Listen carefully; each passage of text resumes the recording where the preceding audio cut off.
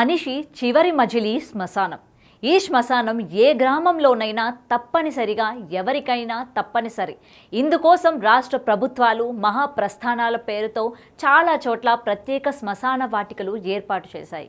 అయితే ఓ గ్రామంలో శ్మశాన వాటిక ఉన్నా అక్కడికి వెళ్లే దారిని కబ్జా చేశారు కబ్జాకోరులు. దీంతో గ్రామంలో మహిళ చనిపోతే ఏం చేయాలో తోచని ఆ గ్రామస్తులు వినూత్నంగా నిరసన తెలిపారు. సమస్యకు పరిష్కారం సాధించారు. ఏంటా కథా కమామిషు ఇప్పుడు చూద్దాం. ఆ దారి మాకు బలబాటగా ఉండింది. ఆ మాగాళ్ళు కూడా తెలుసుకొని పోతా ఉన్నారు మా పెద్దవాళ్ళు కూడాను. ఇక ఈ ఊరు మొత్తం ఆనే పొడుస్తుంది. కాకోళ్ళు అయితే కమ్మోళ్ళు అయితే ప్రతి కులాన్ని ఈ పొద్దు 10 సంవత్సరాల నుంచి దారి లేకుండా చేసేసారు. 10 సంవత్సరాల నుంచి దారి లేకుండా చేసి ఎట్ట దిగుతట ఆ పక్క రోడ్డు ఉందని అట్టు పోయారు. ఈ పొద్దు మాకు దారి అడిగితే మీకు దారి లేదని చెప్తున్నారు. మా పరిస్థితి ఏమి మేము ఆడ పూడ్చుకోవాలి. మేము మమ్మల్ని మేమే ఇళ్ళల్లో పూడ్చుకోవాలా? ఎవరు దానికి ఎవరు కట్టలేరా? మాకేం గవర్నమెంట్ లేదా? మేమేం ఓట్లు వేయడం లేదా? మేము జనాభా లెక్క కాదా? కాదు, జనాభా లెక్కలో లేము మేము. ఇంత గ్రామం మీద మాకు శ్మశానానికి దావలేదంటే ఏం సారం అదే చెప్పండి. ఏంది మా పరిస్థితి? ఈ ప్రకారం ఏదల్లో పెట్టుకుని ఏ ఊళ్ళో జరుగుంది, ఏ గ్రామంలో జరుగుంది, ఏ జిల్లాలో జరుగుంది, ఏ మండలంలో జరుగుంది, ఈ ప్రకారం చెప్పండి. శ్మశానానికి దారి లేకుండా ఈ ప్రకారం ఎవరు చేస్తున్నారో చెప్పండి. నాయకులు ఇటు చేస్తున్నారా? మా ఊరికి ఇటు చేస్తున్నారా? చెప్పండి. దానికి సమాధానం ఎవరో చెప్పండి. వచ్చి చెప్పిన దాకా ఈరోజు 3 రోజులైనా మేము పీనిని చెప్తాం.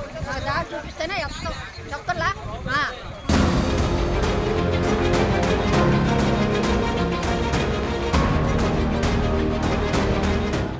నెల్లూరు జిల్లా గూడూరు మండలం విందూరు గ్రామంలో 50 ఏళ్ల నుంచి శ్మశానం ఉంది.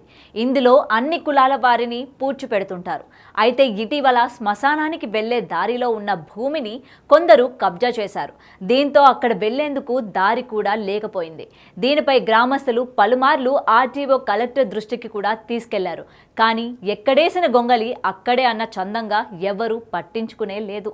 అయితే గురువారం విందూరు గ్రామంలో ఆదెమ్మ అనే వృద్ధురాలు అనారోగ్యంతో మరణించింది. బంధువులు అంతా అంత్యక్రియలకు ఏర్పాటు చేశారు. కానీ కబ్జాదారులు మా భూమిలో నుంచి వెళ్లనివ్వమని దారికి అడ్డంగా కంచెవేశారు. దీంతో గ్రామస్తులంతా ఏకమై ఆదెమ్మ మృతదేహాన్ని సచివాలయానికి తీసుకెళ్లారు. అధికారులు వచ్చి సమస్య పరిష్కరించాలని, లేదంటే సచివాలయంలోనే అంత్యక్రియలు చేస్తామని భీష్మించుకొని కూర్చున్నారు.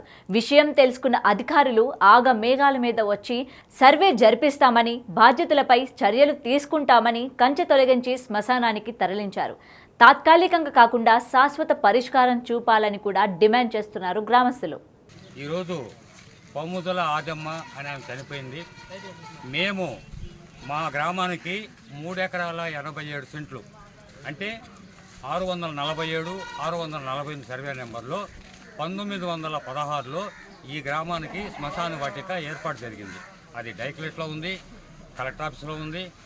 తర్వాత 1916లో దానికి ఒక రోడ్డు 647 సర్వే నెంబర్లో 54 సెంట్ల విస్తీర్ణంతో ఒక రోడ్డు వేయటం కూడా జరిగింది. అప్పటి నుంచి గత 5 సంవత్సరాల వరకు కూడా మేము ఎవరు చనిపోయినా హిందువులు, బీసీలు అయితేమి, ఓసీలు అయితేమి అందరం కూడా ఆ శ్మశాన వాటికలోనే కార్యక్రమాలు జరుపుకొని వచ్చేవాళ్ళం. కానీ ఎవరు మమ్మల్ని ఏ రోజు కూడా గతంలో ఎవరు కూడా మమ్మల్ని ఇది పట్టా భూమి, ఇది మా సొంత భూమి, మీరు పోయేదానికి లేదు అని ఎవరు అడిగేలా. ఈ మధ్య కాలంలో కొత్తగా ఒక అతను ఒక పొలం కొని మీరు పోయేదానికి లేదు అన్న తర్వాత మేము ఆర్టీఓకి తెలియపరిచాం. ఆర్టీఓ వచ్చి మొత్తం విస్తీర్ణం అంతా సర్వే చేసి ఎవరైతే ఆక్రమణదారులు ఉన్నారో వాళ్ళందరినీ కూడా ఖాళీ చేయమని సెక్రటరీ గారికి బాధ్యతలు ఒప్పచెప్పితే ఈ 17 నెలలైనా ఈ రోజుటి వరకు వాళ్ళకి ఎలాంటి నోటీసులు ఇచ్చారే కానీ వాళ్ళు ఖాళీ చేయమలేదు. ఇదే అలసు అనుకొని మాకు ఏదో 3 సెంట్లలో దారి ఉంటే దాన్ని కూడా లోడేశారు. ఈరోజు శవాన్ని కాదు కదా, కనీసం కుక్క పిల్ల పోయేదాన్ని కూడా దోవలేదు. అందువల్లే మేము 1.5 సంవత్సరం నుంచి కలెక్టర్ ఆఫీస్కి వెళ్ళాం, ఆర్టీఓ ఆఫీస్కి వెళ్ళాం, ఎంఆర్ఓని కలిసాం.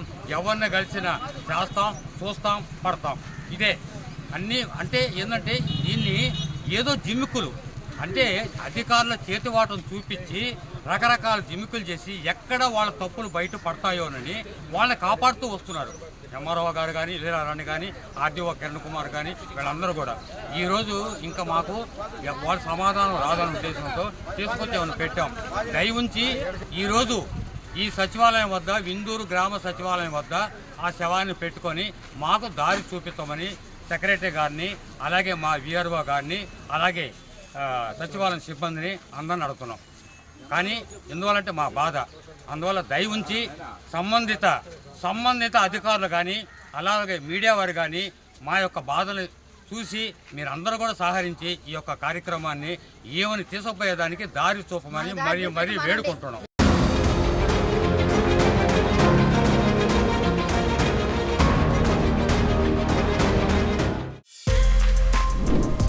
For more videos like this, subscribe Big TV channel.